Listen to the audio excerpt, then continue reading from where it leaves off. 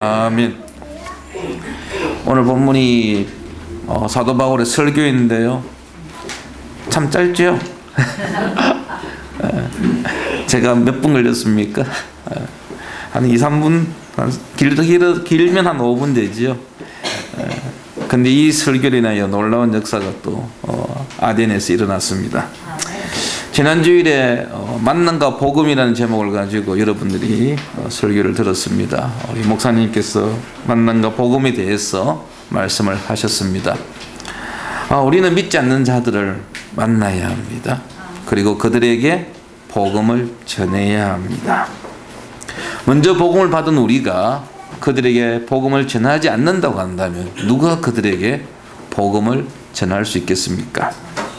특별히 크리스마스를 앞두고 있는데요. 우리는 이 기회를 이용해서 믿지 않는 우리의 이웃들, 우리의 가족들에게 복음을 전할 수 있는 귀한 기회로 삼기를 바랍니다. 그런데 이 복음을 전하는 방법은요, 하나만 있는 것이 아니고 다양합니다. 시대에 따라서, 상황에 따라서 복음을 전하는 방법은 달라야 한다라는 것입니다. 뱀처럼 지혜롭게 복음을 전해야 할 필요가 있는 것입니다. 여러분, 우리가 오늘 복음을 전할 때 어떻게 해야 할 것인가? 저는 오늘 이 본문 속에서 좀 몇 가지를 찾아보고자 합니다. 첫 번째로 전도 대상자를 바로 알아야 한다는 것입니다. 우리가 복음을 전하고자 할 때, 내가 복음을 전할 때 그 복음을 듣는 사람들이 어떤 사람인가를 우리가 충분히 알아야 한다는 것입니다. 그들에 대한 정보를 우리가 가지고 전도해야 한다는 이야기입니다. 지금 사도 바울이 복음을 전하는 가운데서 이 아덴 사람들이 호기심을 가졌습니다. 그래서 바울에게 아레오파고에 가서 좀 네가 알고 있는, 네가 하고 싶은 이야기를 좀 해주지 않겠느냐라고 초청해서 기회를 얻어가지고 이제 바울이 아레오파고에 서게 됩니다. 아레오파고라는 것은 군대의 신, 전쟁의 신, 이 아덴 사람들이 섬기는 올림푸스 주신들 중에 전쟁의 신 아레오라는 신이 있습니다. 아레아. 이 아레의 언덕이란 뜻인데요. 이 아레오파고는 법정이기도 하고 또는 토론 장소이기도 합니다. 그래서 새로운 사상이나 철학들을 사람들에게 좀 전하고 싶을 때, 그리고 그것을 가지고 토론하고자 할 때 모연 장소가 아레오파고입니다. 아레오파고에 선 바울은 거기에 모인 아덴 사람들을 향해서 이제 일장 연설을 하게 되는 것입니다. 그는 그곳에서 복음을 선포하고 있습니다. 그런데 오늘 읽었던 본문을 보았듯이 여기에 보면은 구약 성경의 말씀이 전혀 인용되어지지 않고 있습니다. 예수님의 이름도 직접 거론되고 있지 않습니다. 왜 바울이 예수님의 이름을 거론하지 아니하고 구약 성경에 보면 이런 말씀이 있다라는 그런 인용을 하지 않았느냐? 그것은 그곳에 있는 청중들이 이방인들이었기 때문입니다. 그들은 구약 성경을 모르는 사람들입니다. 다시 말해서 구약 성경이 그들에게선 아무런 의미가 없기 때문에 바울은 직접적인 인용을 하고 있지 않는 것입니다. 대신 바울은요, 그들의 종교심을 언급합니다. 22절 말씀에 보면 바울이 아레오파고 가운데 서서 말하되 아덴 사람들아 너희를 보니 범사에 종교심이 많도다. 바울은 아레오파고에서 연설하기 전에, 설교하기 전에 아덴 구석구석을 둘러보았습니다. 그는 그곳에서 여러 우상들을 보았던 것입니다. 이 아덴이라는 도시가 매우 종교적인 도시를 알았던 바울은 바로 그들의 종교적인 심성에다가 호소를 하기 시작하는 것입니다. 범사에 종교심이 많도다. 그것은 그들이 종교적인 부분에 대해서 관심이 많다는 것을 의미합니다. 그들의 종교심이 가장 잘 나타난 그 사건 중에 하나가요. 이게 보시면은 23절에 보시면은 알지 못하는 신에 대한 제단이 있었다라는 것입니다. 아테네는 많은 신전들이 있었습니다. 그런데 그 신전들마다 이 신전은 제우스를 위한 신전, 아테네를 위한 신전, 아폴론을 위한 아폴론이죠. 태양의 신전. 그 신전, 이런 여러 신전에 이름이 붙여져 있는데 어떤 신전에는 보니까요, 이름이 아무것도 없는 겁니다. 이름이 없이 다만 알지 못하는 신이라고만 되어 있는 것입니다. 이것은 이 아덴 사람들이 신들을 숭상하고 숭배하는데 혹시 자기들이 알지 못하는 어떤 신이 존재하는데 자기들이 모르기 때문에 숭배하지 않았다가 혹 어떤 불이익은 당하지 않을까.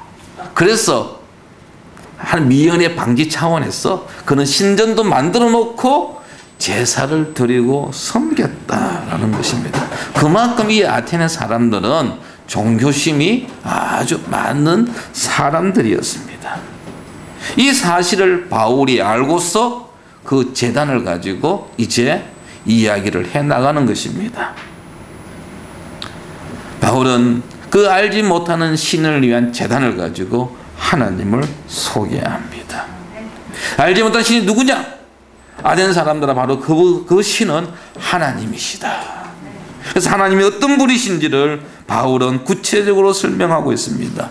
24절 이하에 보니까 우주와 그 가운데 있는 만물을 지으신 하나님께서는 천지의 주제시니, 하나님을 이야기하고 있는 것입니다. 그들의 관심사를 가지고 바울은 복음을 전하기 시작했습니다. 그들의 관심을 가지고 복음의 접촉점으로 이용했다라는 것입니다. 그들이 잘 알고 있는 것을 가지고 바울은 전도하기 시작했다는 것입니다. 뿐만 아닙니다. 바울은 하나님을 소개함이 있어가지고 가장 적절한 순간에 이 아덴 사람들이, 청중들이 잘 알고 있는 시의 한 구절을 인용하고 있습니다. 28절에 보시면은 너희 시인 중 어떤 사람들의 말과 같이 우리가 그의 소생이라 하니, 이게 어떤 사람들, 시인 중에 어떤 사람들이 있는데요, 이 시인은 스토아학파 철학의 아라투스라는 시인입니다. 그가 지은 시의 제목이 뭐냐면 제우스에게 바치는 노래라는 시가 있습니다. 그 중에 한 구절이 바로 오늘 이 본문에 나와 있는 우리가 그의 소생이라. 청중들이 알고 있는 시구의 한 어절을 탁 가져와 가지고 그걸 인용합니다. 그러면서 우리가 그의 소생이라고 되어 있는데 그가 누구냐? 아라토스는 제우스라고 생각을 하고 시를 지었는데 바울은 그것을 하나님이라고 소개하고 있는 것입니다.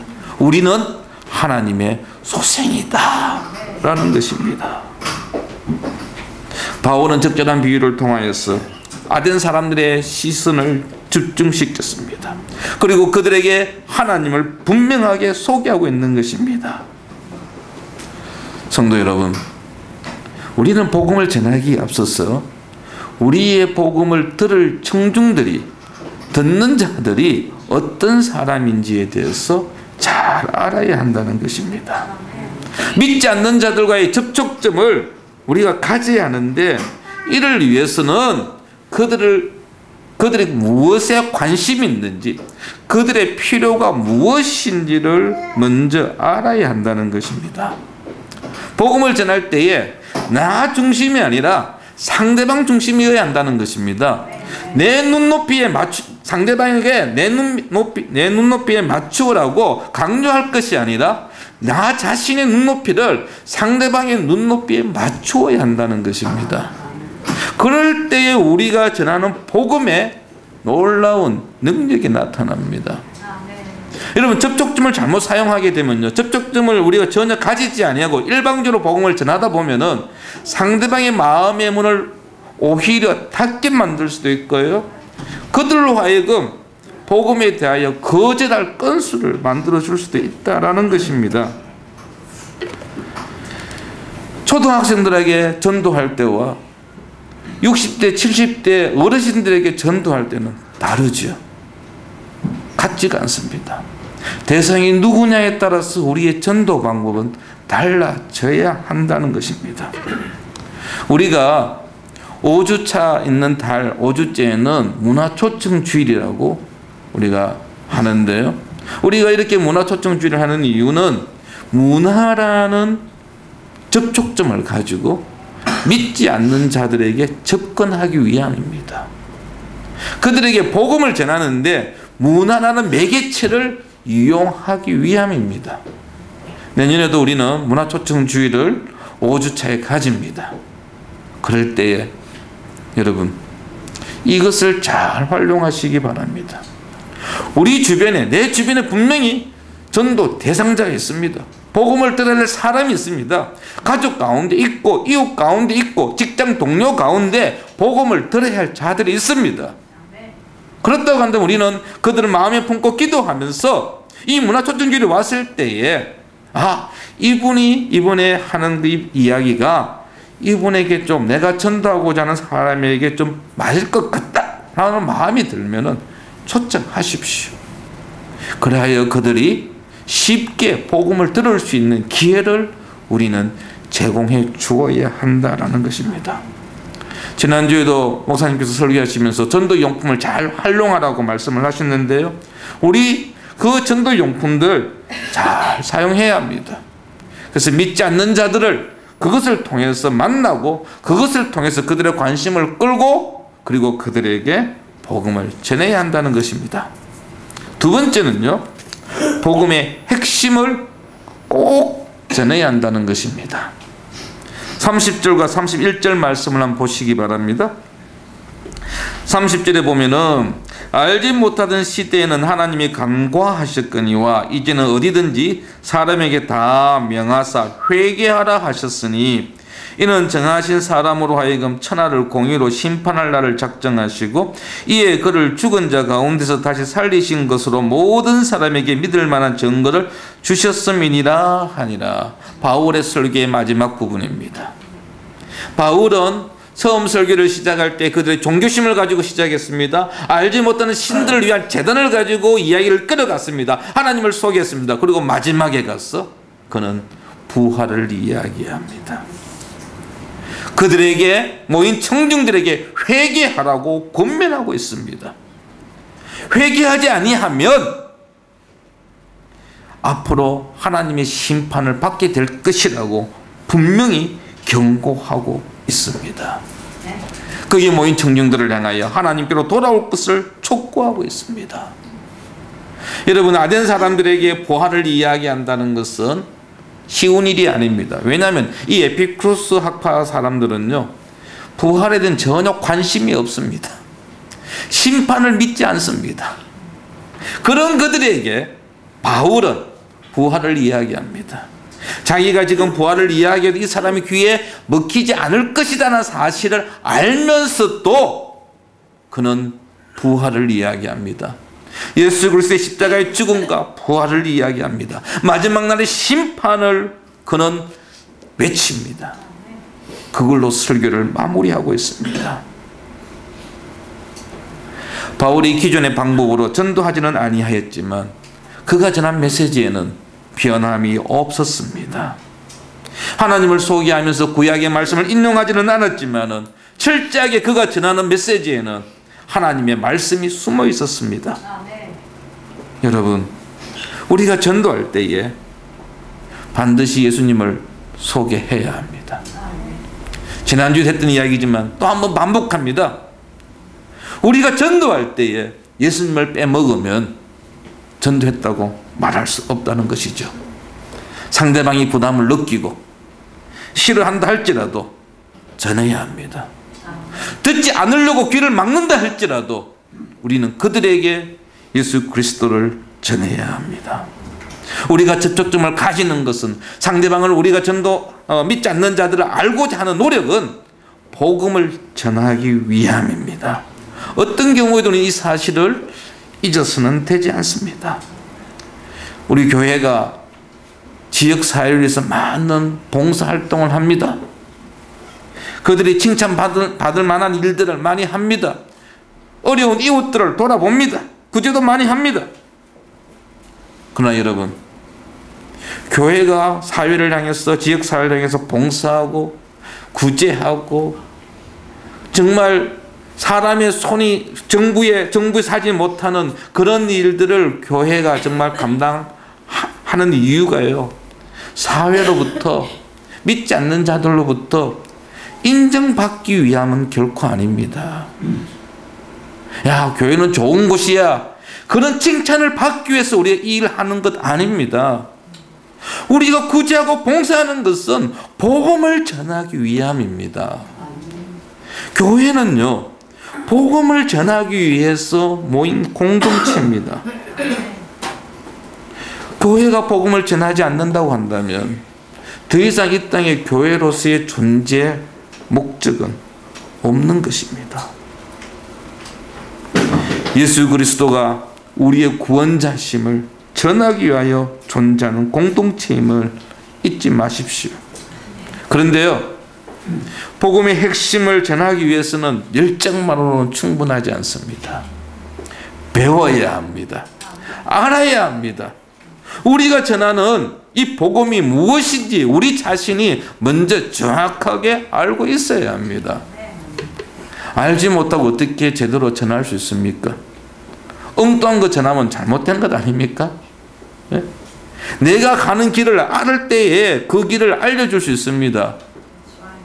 그런데 내가 알지도 못하면서 이 길로 가면은 생명의 길입니다라고 여러분 이야기했다가 잘못된 길로 인도하게 되면은 그 책임을 어떻게 감당할 수 있겠습니까?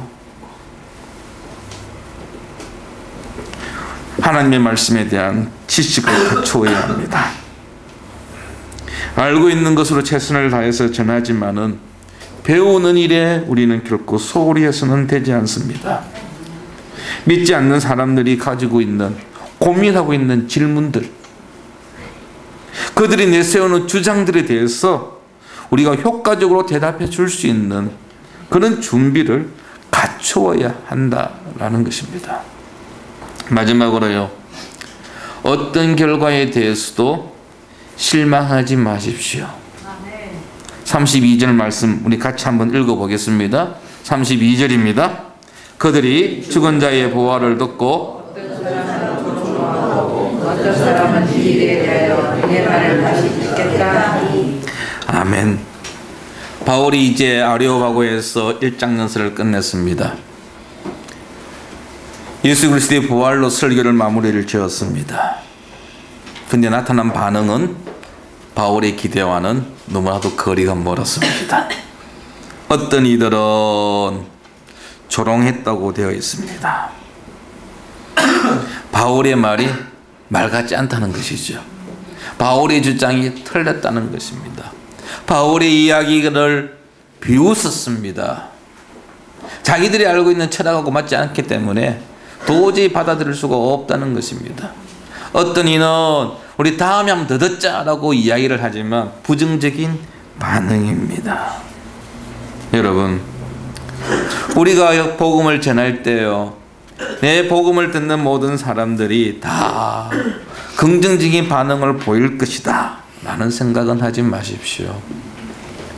100명을 만나서 복음을 전하였을 때에 어쩌면 한 명도 그 복음에 대하여 반응하지 않을 수도 있습니다. 예수님이 전도할 때도 마찬가지 아니었습니까? 예수님께서 그 많은 정말 놀라운 기적들을 행하고 설교하였음에도 불구하고 그들 가운데 예수님을 향해서 돌을 던진 사람들이 있습니다. 예수님을 십자가에 죽으라고 외쳤던 사람들이 있습니다. 사도 바울이 얼마나 여러분 뛰어난 능병가입니까? 뛰어난 학자입니까? 설교자입니까? 전도자입니까? 아덴 사람 그 아레오파고 광장에 얼마나 모였는지는 성경에서 기록하고 있지 않기 때문에 알 수는 없습니다. 그러나 거기에 모인 대부분의 사람들은 바울이 전한 복음을 거절했습니다. 그런데 34절에 보니까 몇 사람이 그를 가까이하여 믿으니 그 중에는 아레오파고 관리 디오누시오와 다말이라는 여자와 또 다른 사람들도 있었더라. 아멘. 바울의 설교가 결코 헛되지 않았음을 우리에게 보여주고 있습니다. 바울이 설교하였을 때, 바울이 복음을 전하였을 때 극소수이지만 믿은 자들이 있었다라는 것입니다. 그러면 우리는 복음 전하는 것을 결코 포기해서는 되지 않습니다. 우리가 복음을 전할 때에 이 복음 듣는 것을 거부하고 오히려 조롱하고 심지어 박해하는 자가 있다 할지라도 우리는 복음을 전해야 합니다. 당장 열매가 눈앞에 보이지 않는다 할지라도 복음 전하는 것을 결코 포기해서는 되지 않는다라는 것입니다. 어떤 이러한 아덴 선교의 결과를 보고 바울의 선교가 실패했다라고 결론을 내리는 분들도 있습니다. 그런데 과연 여러분은 실패라고 말할 수 있겠습니까? 아닙니다. 그의 설교는, 그의 복음 전도는 결코 실패하지 않았습니다. 비록 아덴의 교회가 세워지지는 아니하였지만 소수의 무리들이 믿었고 그 사람들의 이름이 여기에 열거되어 있다는 사실은 누가는 바울의 아덴 선교가 결코 실패했다고 말하지 않는 것입니다. 우리가 복음을 전하면은 꼭 결과를 기대합니다. 결과를 기대합니다. 내가 이만큼 씨앗을 뿌렸으니까 최소한 어느 정도는 좀 거둬야 되지 않겠느냐라고 생각합니다. 그러나 그 열매가요, 눈앞에 바로 나타나기도 하지만은 10년 후에 나타나기도 하고요, 20년 후에 그 열매가 나타나기도 합니다. 여러분들이 우리 자치회가 토요일마다 모여서 전도하고 있지 않습니까? 내가 나누어주는 이 전도지, 여러분 그 전도지를 받은 사람이 비록 우리 교회에 출석하지 않는다 할지라도 낙심하지 마십시오. 지금 제가 보니까 토요일마다 보통 한 30명에서 한 50명 정도 여러분 교회 주보와 전도지를 나누어 주고 있습니다. 1년 계산하면 얼마? 50명 하루에 한 주에 우리 50명 전도하면은 1년 같으면은 얼마죠? 2,500명입니까? 50주 계산해 가지고 2,500명 나누어 줬습니다. 요즘 연말 우리 정산 한번 해봅시다. 토요일마다 여러분들 자치마다 해가지고 전도했는데 2,500명이 전도지 나누어 줬는데 결과가 어떻습니까? 한 명도 없습니다. 아, 목사님 2,500명 전했는데 아무도 안 오네요. 우리 내년부터 하지 맙시다. 그거 아니죠? 아닙니다. 우리가 나누어줬던 그 2,500명 가운데에 우리 교회에는 오지 않지만 혹 다른 교회에 출석하는 분이 있을 수도 있습니다. 다만 우리는 그걸 모를 뿐입니다. 하나님 나라의 카운트는 다릅니다. 우리 교회 카운트에는 고정 숫자지만 하나님 나라의 카운트에는 여러분 올라갈 수 있다는 사실입니다. 그러므로 여러분 토요일마다 자치해서 전도할 때요, 힘내십시오. 소수의 무리가 모여가지고 우리 오늘 2명 3명, 야 여러분 기죽지 마십시오. 제가 한 번씩 교대에 갑니다. 일주일에 보통 한 3일 내지 4일은 교대를 갑니다. 교대를 이제 지나가면서 물론 어떨 때는 점심 먹기 지나가는 경우도 있고요. 일부러 또 집에 갈 때 이제 지하철을 교대에서 타기 위해서 또 교대를 지나가기도 하고요. 점심도 한 바퀴 또 돌고 오기도 합니다. 그래서 저 교대를 품고 제가 기도하면서 하나님 여기에 우리 믿는 좀 우리 교회 나오는 학생들이 있으면 얼마나 좋겠습니까? 왜냐하면 저 학생들 전도하면은 우리 교회 오게 되면은 학생으로 끝나는 것이 아니라 저 아이들이 나중에 졸업을 하고 임용고시 봐가지고 초등학교의 교사로 발령받으면은 또 그 초등학교를 우리가 또 전도의 또 대상으로 삼을 수 있지 않습니까? 그리 보고 제가 하는데요, 보니까요 주변에 맞는 교회들이 와서 전도하더라고요. 애광교회도 정문에서 전도하고요. 이게 뭐 아름다운 교회도 한 번씩 전도하는 것 같고요. 그래서 보면서 참 우리도 한번 해야 할 텐데 그런 마음만 제가 지금 가지고 기도하고 있을 뿐인데요. 여러분 비록 우리가 전했을 때에 그들이 복음을 받아들이지 않는다 할지라도 우리는 끝까지 전해야 한다는 것입니다. 숫자가 중요한 것이 아닙니다. 다수가 거부하여도 포기해서는 되지 않는 것입니다. 내가 전할 때, 내가 복음을 전할 때 과연 저 사람이 제대로 들어주겠느냐, 혹시 안식이 바뀌지는 않을까, 여러분 그런 두려움 버리시기 바랍니다. 예수 그리스도를 전도하기를 주저하지 않기를 바랍니다. 토요일마다 여러분 힘내서 전하십시오. 하나님이 아십니다. 복음을 전하는 것은 우리 그리스도인들에게 있어서 당연한 일입니다. 모든 그리스도인이 주님 앞에 가는 그날까지 감당해야 될 사명입니다. 하나님께서는 우리를 복음을 전하는 자로 부르셨습니다. 우리는 뱀처럼 지혜롭게 복음을 전해야 합니다. 우리 주변에 복음을 들어야 할 자들이 누가 있습니까? 여러분, 한 해가 마무리되어져 가는데요, 복음을 들어야 될 자들 가운데 아직까지 복음을 듣지 못한 자가 있습니까? 찾아가십시오. 그리고 그들에게 복음을 전하십시오. 결과는 하나님께 맡기시기 바랍니다. 어떤 결과가 나오든지 실망하거나 낙담하지 마시고 기쁨으로 복음을 전하여 하나님의 나라가 확장되어지는 모습을 직접 목격하고 하나님께 영광 돌리고 기뻐하며 즐거워하는, 찬양하는 우리 교회, 우리 성도들 되기를 축원합니다. 아버지 하나님,